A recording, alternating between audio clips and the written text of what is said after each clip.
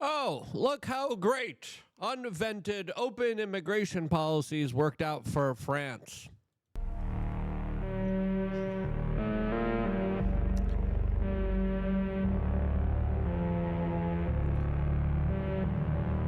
Yeah, it worked out really great, said absolutely no one, as of course we now have a new front on the immigration debate here inside of the United States, specifically surrounding one barber from Maryland that now has a lot of Democratic politicians and pundits losing their mind over.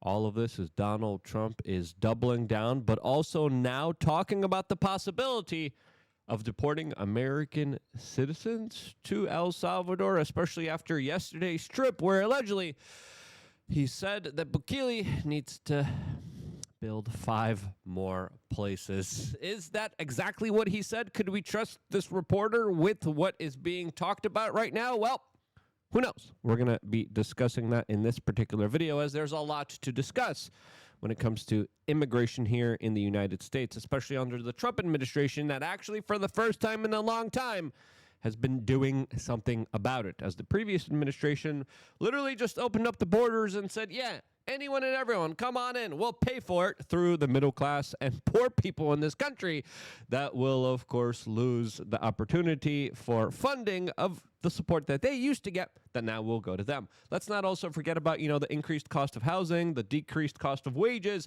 as the immigration policies that have been implemented worldwide have been done in lockstep, a part of a bigger globalist plan that benefit the huge multinational corporations out there. As right now, Trump and the gaggle of social media influencers, whether you like them or not, are posting a lot of important stories about people being deported. A lot of really awful people. And when you see hardened criminals, when you see people who hurt other people being deported that were here illegally, yeah, that's great here. That's an important step to make here. But still, the left is losing their mind as we have individuals like Keith Olbermann that are literally calling for the arrest of the Trump administration officials for, quote, contempt of court against allegedly the Supreme Court, which, again, it makes the guy lost it. The guy's truly off the rocker here. On the all-new Monday Countdown podcast, Kristi Noem, the head of the Department of Homeland Security, and Tom Homan, the head of ICE, must be arrested immediately for contempt of court. They're defying court orders to return Mr. Abrego Garcia from captivity and torture in El Salvador. There's no court order. The guy just made it up. They're literally making stuff up about this Abrego Garcia guy that yesterday the Trump administration and the president of El Salvador set the record straight on, as the left has a very convenient narrative. And you see this narrative very prevalent on Reddit. We saw the corporate media run with it. I even saw Joe Rogan talk about how this was a step too far by the Trump administration for a barber, an innocent man, to be taken away, when the facts of the case here are a little bit more inconvenient to the left here, as he's originally from El Salvador. 2 courts have ruled independently of themselves that he is affiliated with MS-13. Now, what levels of affiliation? I think that still is up to conjecture here. But to proclaim that this man was denied due process when he had multiple court hearings, he was from El Salvador, as the president of El Salvador, when asked repeatedly by CNN if he would be bringing him back to the United States, had this to say, which stunned a lot of the liberal corporate media conversors that really were shocked by his answer here. Well, I'm supposed you're not suggesting that I'll smuggle a terrorist into the United States, right? How can I return him to the United States? Like, I smuggle him into the United States, or what do I do? Of course, I'm not going to do it. It's like, the question is preposterous. How can I smuggle a terrorist into the United States? I don't have the power to return him to the United States. But don't worry, a Democratic senator now is taking it upon themselves. And this is the kind of brilliant aspect here of the Trump administration. I don't know if they're doing this deliberately or if the left is just doing it to themselves here. But now we have major liberals and Democrats standing behind and showing solidarity to MS-13 members and gang members. As we have to understand here, some of the people being deported here, they're not the best of people. We're talking about people who hurt children. We're talking about people who took the lives of other individuals. And now we have a senator who's planning a trip to El Salvador because he wants someone who was born and is a citizen in El Salvador to live here in the United States. Yes, you heard that correctly. Here's the senator in his own words, as now people are saying, yeah, there's Democrats fighting for MS-13 gang members. I saw the comments of President Bukele, and I look forward to meeting with him. I've requested to meet with him. I reached out to the ambassador here to ask to meet while he's here. Yeah, and he's not going to be meeting with him. So now the senator is going to be flying to El Salvador. His comments a little bit after this are really interesting, too. We'll play that, as well as Trump's kind of discussion about arresting and sending American prisoners to El Salvador in a little bit. Before we do, we wanted to tell you about thebestpoliticalshirts.com. As you can see here, I am wearing one of my shirts that says Tucker Carlson for president. My shirt says 2024. We just updated it. So now it says Tucker Carlson 2028 for president of the United States. This is one of our best sellers last political season. And just a few moments ago, I was wearing this at the gym.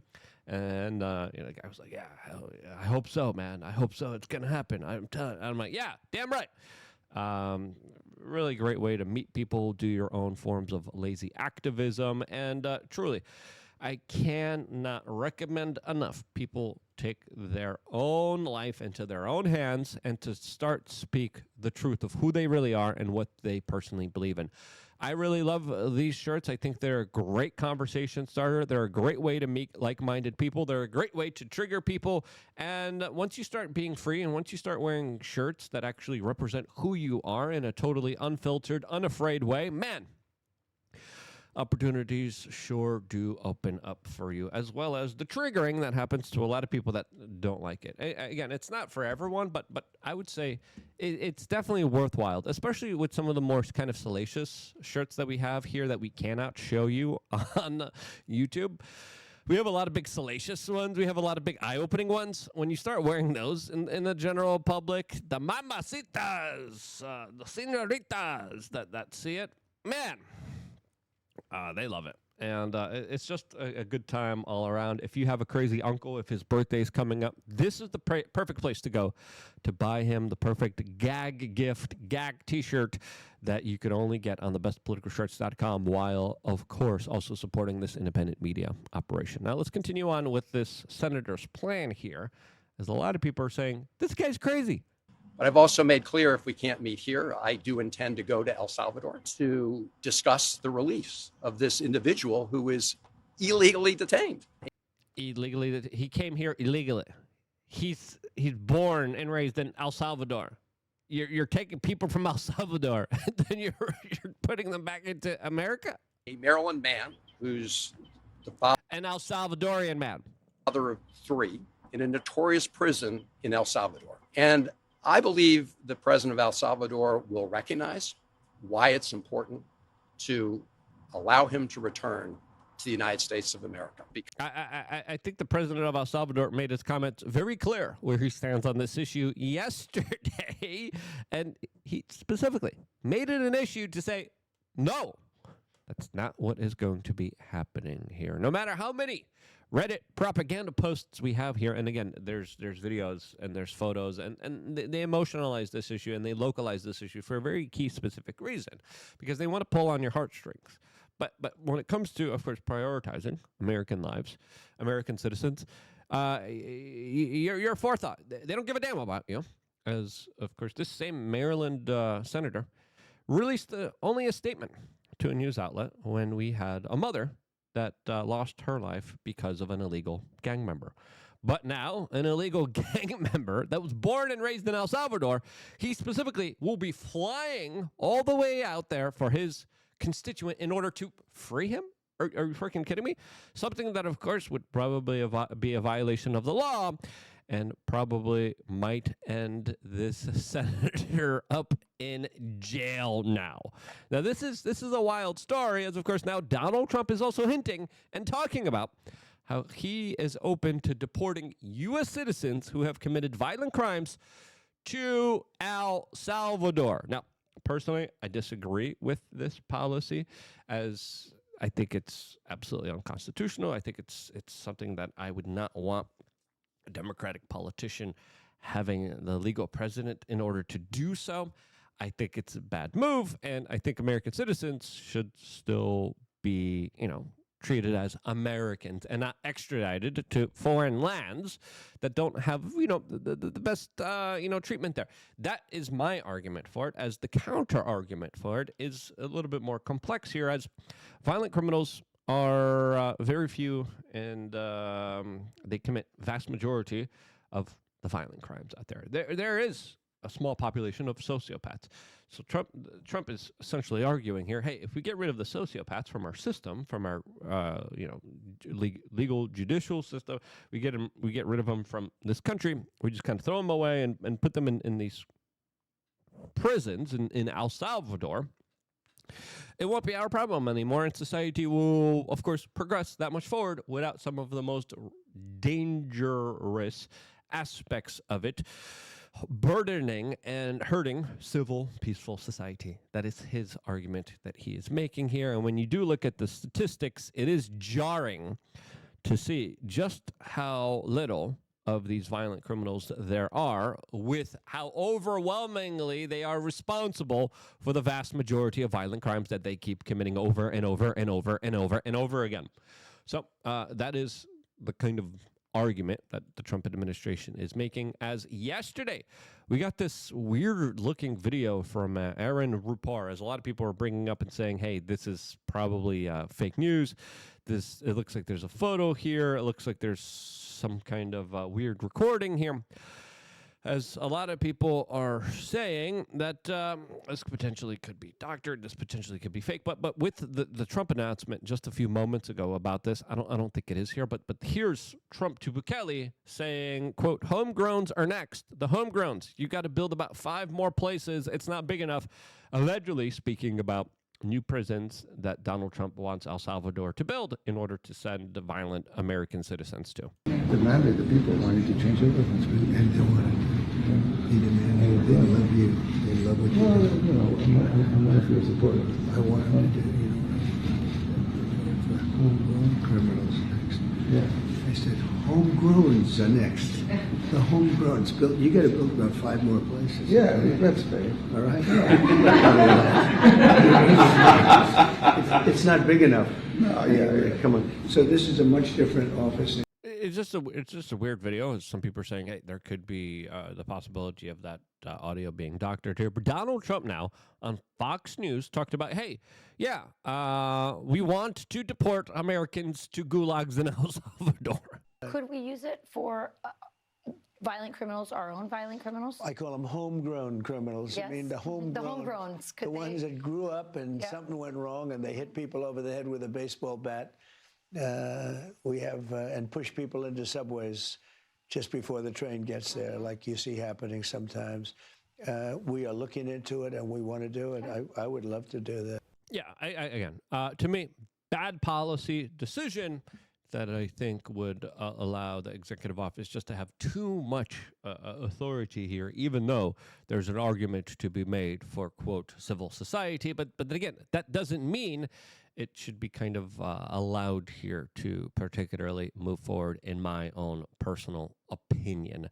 Now, so far, I do believe we are dealing with a very extraordinary situation that's very difficult to untangle here, because we got to understand, once you open up the borders and you just allow anyone and everyone in, unraveling that, being able to try to put the genie back in the bottle here, trying to, of course, bring things to where they were is going to be extremely difficult. It's going to be extremely time consuming. And that's why we are seeing the Trump administration making a lot of kind of executive orders here, even though the numbers of deportations aren't as impressive as a lot of people thought they would be here. Now, whatever you may be thinking about this partnership with El Salvador, it is a very interesting partnership. And we would kind of wonder, what would the government of El Salvador do here when they are asked to potentially send American citizens? Or is this also just another kind of ploy for Donald Trump to enrage the leftists and have them mad over something that maybe probably won't ever happen? Now, do you believe Trump on his words here? I think that's the question that needs to be asked to everyone here, because again, personally, I'm against this policy. I think it would be a bad policy, but it's a policy that he's toting around. Is he toting it around in order to make it kind of a red herring, a Pied Piper, in order to make this a situation where, of course, they're going to be arguing over something that isn't even happening, and then, of course, forget about the smaller stuff? Is this the art of the deal being explained here right in front of us?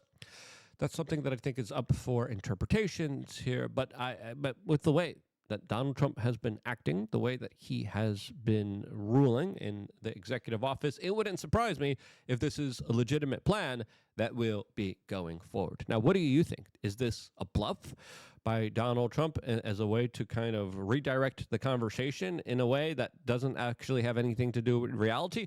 Or is this a legitimate plot here by him, trying to, of course, deal with the very serious problem that has been sparked on by district attorneys that have been bought off by leftist Democratic billionaires out there that have normalized criminality in our society? What do you think is really going on here? As, of course, I think the conversation already is pretty insane, and I could expect it only to get crazier from here. I still think Bukele saying this resonated with a lot of common sense Americans out there. And so far, when it comes to deporting actual criminals, actual gang members, this is something that I think the vast majority of Americans agree with and are with Donald Trump on. We're very happy, and we're very eager to help. We know that you have a crime problem, a terrorism problem that you need help with. And we're a small country, but if we can help, we will do it. And we actually turned the murder capital of the world, that was the journalist call it, right? Murder capital of the world, into the safest country in the Western Hemisphere. And, you know, sometimes they say that we imprisoned thousands. I like to say that we actually liberated millions. So, you know, like, it's Very good. Who gave him that line? Do you think I can use that? That's, of course, that kind of rationale here goes along with Donald Trump's kind of further plan here. I don't think he's bluffing, personally. It would be interesting to see your comments on this, but I still do believe it's a kind of overreach of power here that needs to be navigated very delicately, as, of course, the Democrats are, of course, going to rule in the Congress, probably after the midterms. They probably will be winning some kind of election in the executive presidential office. And if they get to say, hey, we get to send our criminals to foreign lands and extradite them and do whatever they want with them, this is something that would be a kind of dangerous overreach of power. Even if you think Donald Trump won't do it, I think other presidents and other government officials that get too enamored by the power that they are gifted could potentially see and use and implement in a way that wouldn't be advantageous towards the American people, the American Constitution, and the few civil liberties and rights that we still have remaining here in this particular country. I love you guys. Stay tuned for more here. Don't forget to get the shirt. Again, Tucker Carlson 2028. I'm calling it right now. Some people say we're a little bit too early. I would say we are not early enough. I love you guys. Stay tuned for more, all here exclusively on youtube.com/wearechange.